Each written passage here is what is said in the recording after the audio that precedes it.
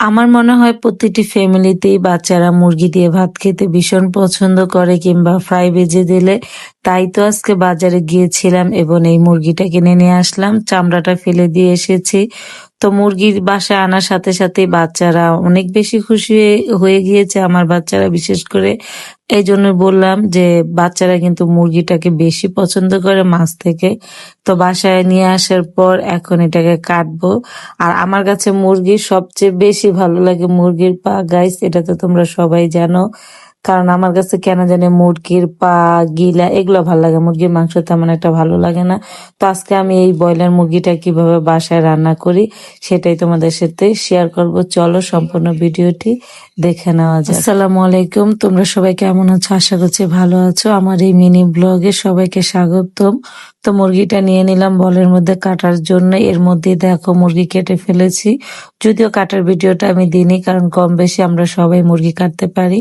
এখন মুরগিটা খুব ভালোভাবে পানি দিয়ে ধুয়ে নেব। তো অনেকেই এটা ভেজে রান্না করে, অনেকে আবার এমনিতে কষিয়ে রান্না করে। এক একটা স্বাদ এক এক রকম। আমি আজকে বেশি একটা ভাজবো না, হালকা ভেজে রান্না করব। বেশি ভাজলে আবার মুরগিটা শক্ত হয়ে যাবে, তখন বাচ্চারা খেতে চায় না। যদিও বাচ্চারা পছন্দ করে যেটা ফ্রাই করে দিই, এটা ওরা সস দিয়ে খেতে পছন্দ করে। কিন্তু যখন এই মুরগিটা ভেজে রান্না করি বাসায় আমি, তখন কেন জানি আমার দুই মেয়ে খেতে চায় না। তারপর আমি এই ব্রয়লার মুরগিগুলো খুব ভালোভাবে পরিষ্কার করে ধুয়ে নেবো। একদম 5 থেকে 6টা ধোয়া দিব, যদি এখন আস্তে আস্তে ধুচ্ছি। মুরগিগুলো ধুয়ে নেওয়ার পর পানি ছেঁকে নিলাম একটা হাঁড়ির মধ্যে রেখে। এখন আমি যেটা করব, এখানে কিছুটা মশলা অ্যাড করব, যেহেতু হালকা করে তেলের মধ্যে ভেজে নেব। লবণ, হলুদ গুঁড়ো এগুলো মাখিয়ে একটু হালকা করে ভেজে নেব। আর যেটা করি, কলিজাটা আমি রান্না করার 50% যখন হয়ে আসে তখন দিয়ে দিই, এর আগে দিই না, কারণ কলিজাটা গলে যেতে পারে। তো একটু মরিচের গুঁড়াও দিয়ে দিলাম যাতে করে একটু ঝাল ঝাল লাগে। আর ব্রয়লার মুরগি রান্না করলে একটু ঝাল না দিলে ভালো লাগে না, কিন্তু কেয়ার করার বাচ্চাদের জন্য মাঝে মাঝে একটু ঝালটা কমিয়ে দিই। তারপর কড়াইয়ের মধ্যে কড়াই বসিয়ে দিলাম, চুলার আঁচটা কমিয়ে মাংসগুলো দিয়ে দিচ্ছি একটু হালকা হালকা করে ভেজে নেওয়ার জন্য। আমি একদমই কড়া কড়া করি না, যেহেতু বাচ্চারা খায়, আমি একটু হালকার উপরে ভাজি।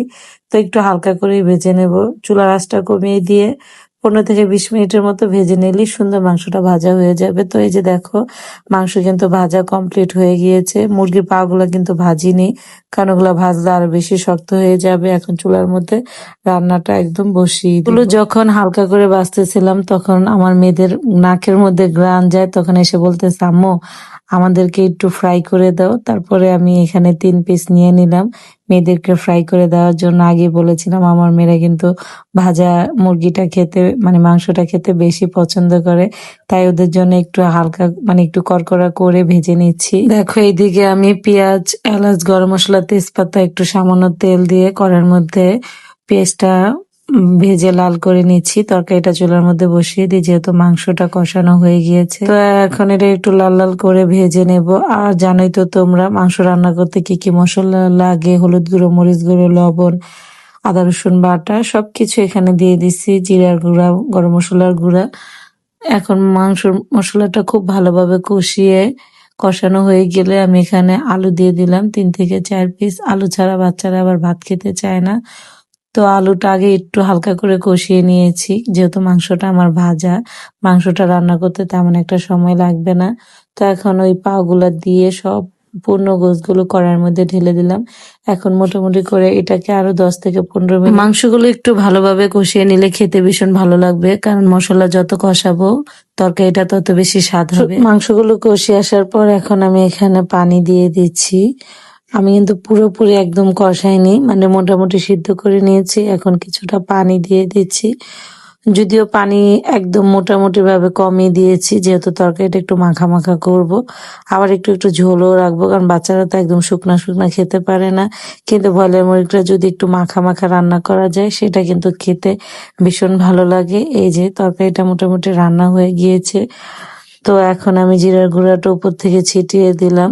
এদিকে বাচ্চাদের অনেক বেশি খিদা লেগে গিয়েছে, তাই তরকারিটা এখন নামিয়ে ফেলবো। এই যে দেখো, ফাইনালি ব্রয়লার মুরগি রান্না করলাম। অনেকেই ব্রয়লার মুরগি খেতে চাও না, নানান ধরনের কমেন্ট করো, তবে আমি বলবো গরিবের সবচেয়ে বিশ্বাসের জাগা এবং নাস্তা হলো ব্রয়লার মুরগি।